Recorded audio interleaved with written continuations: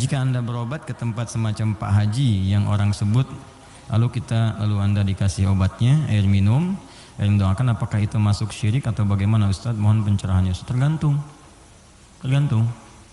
Jika Anda minta doa, tabarruk dengan doa itu wasilah supaya mohon berdoa, didoakan kepada Allah. Anda bisa berdoa sendiri, minta, ya, dan bisa saling mendoakan.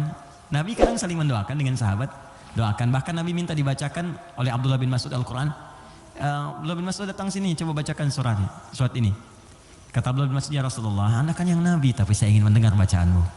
Sesama sahabat saling mendoakan, biasa, saling ketemu, doakan, itu biasa. Dan boleh, adabnya boleh. Anda ketemu ulama, minta doa. Dulu kami begitu, bertemu ulama, minta doa, Syekh, doakan kami.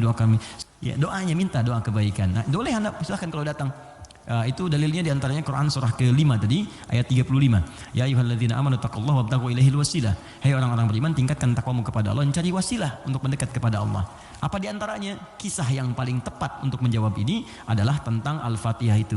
Jadi ada seorang yang sakit tadi, ya, kepala suku di Arab, sakit kemudian zaman itu, lalu dia minta kepada para sahabat, ngutus ajudannya, ya, untuk bertanya ada nggak yang bisa menyembuhkan. Kata sahabat, Allah yang sembuhkan. Datang didoakan dengan baca Al-Fatihah. Itu kan paling gampang. Ketika didoakan itu dengan baca Al-Fatihah, sembuh. Saat sembuh itu dikasihlah kemudian kambing beberapa ekor. Takut, dibawalah kepada Nabi. Ini indah sekali. Dilaporkan kepada Nabi karena takut kambing itu gratifikasi. Tuh, ini bagus sekali. Jadi takut nih, saya takut salah nih, dibawa ke Nabi. Nabi, tadi ada orang sakit, terus minta bantuan. Saya ingat ajaran Anda, baca Al-Fatihah, saya bacakan. Habis itu dikasih kambing begini. Nabi langsung senyum, ketawa, tabassama dhahikan. Gitu ya, kurang lebih. Kata Nabi, tahu dari mana engkau Al-Fatihah bisa punya manfaat seperti itu? Maka kata Nabi, bagikan kambingnya, coba berikan aku bagiannya. Maksud Nabi, yuk kita nikmati sama-sama itu. Silahkan kita nikmati, syukur kepada Allah Subhanahu Wa Taala. Ini artinya dalil yang membolehkan kita datang minta doa misalnya.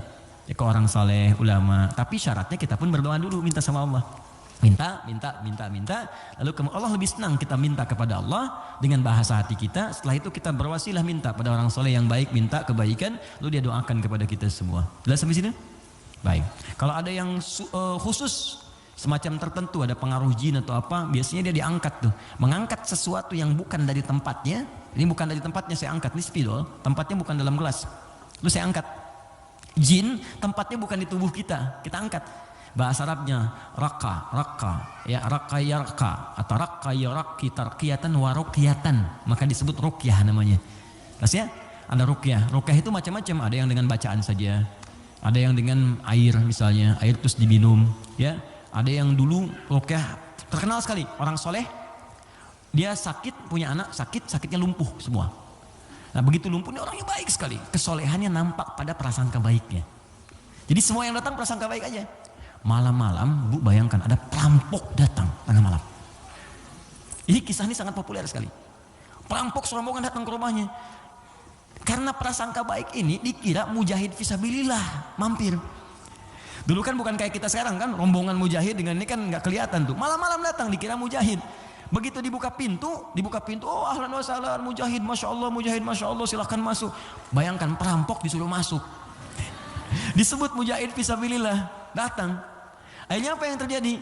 Silahkan, duduk dulu, istirahat dulu, mandi dulu. Dimintalah berwudu semua. Tolong para mujahid silahkan berwudu dulu. Ya, wudu supaya apa? Salah satunya, ternyata di bawah keran itu dia simpan bejana untuk menampung air wudu mereka. Ini kisah nyata, benar terjadi. Jadi bukan rekaan, di kisah nyata sampai riwayat kepada kita dan valid riwayatnya. Jadi orang-orang salaf dulu. Di begitu air wudunya tumpah ke situ, dan dia melihat orang-orang perampok tadi, kok ada anak ini nggak bangun. Ya kata mereka ke bapak tadi, ini siapa? Ini anak saya, dia kena lumpuh katanya. Oh gitu, udah duduk, dijamu dengan makan semua. Udah rapi, suruh wudu, makan, pulanglah mereka. Nah, begitu pulang, ini yang menarik. Beberapa pekan kemudian datang lagi. Dibuka lagi yang mujahid, katanya masya Allah. Yang buka siapa? Yang buka anak yang lumpuh tadi. Buka langsung, kaget loh. Kemarin kan lumpuh dia, sekarang bisa buka katanya kan. Lalu bapaknya keluar nyambut lagi, masya Allah. Kami meraih keberkahan dari jihad anda, anda bayangkan. Karena positive thinking ya. Bertanya, ini kenapa bisa sembuh? Air wudhu, masih ingat gak air wudhu yang pernah engkau pakai itu dalam wudhu itu? Saya mandikan kepada anak saya, dengan izin Allah sembuh dia. Perhatikan ketika seorang berprasangka baik kepada Allah Subhanahu wa taala akan berubah segalanya. Lalu perampok tadi kemudian terjatuh semuanya, nangis tersungkur, sujud di hadapan Allah Subhanahu wa taala. Nangis tobat di situ. Sebetulnya kami bukan mujahid, kami perampok katanya. Dan sebagainya. Tobat. Jadi bayangkan hanya dengan wasilah anak yang lumpuh dalam keadaan tadi dia menjadi mulia seluruhnya. Ya. Tapi ingat Syekh Hashim Muhammad Hashim bin Asy'ari Hadratus Syekh pendiri Nahdlatul Ulama. Beliau mendirikan NU tanggal 31 Januari ya 1926. Itu beliau dirikan NU, punya kitab 19 kitab. Di kitab kedua namanya Risalah Ahlus Sunnah wal Jamaah. Di halaman yang ke-12 paling kiri sebelah bawah. Ya, itu beliau sampaikan begini. Hati-hati. Wa minhum al-abahiyuna, hati-hati ada aliran yang menyimpang di tanah Jawa. Itu diungkapkan di tahun 1333 Hijrah. Sekarang 1431. Sudah berapa tahun? Ya kurang lebih 100 tahun lah ya. Kurang lebih 100 tahun. Kata beliau, ada aliran Abahiyun. Siapa itu? Tokohnya itu ahli zikir. Zikir. Tapi cara zikirnya melahirkan kesimpulan yang menyimpang. Apa kesimpulannya? Kalau sudah dekat dengan Allah, fala yantabiqu alaina al-amru wan nahyu. Kalau sudah merasa dekat dengan Allah dengan zikirnya, maka sudah tidak berlaku lagi perintah dan larangan.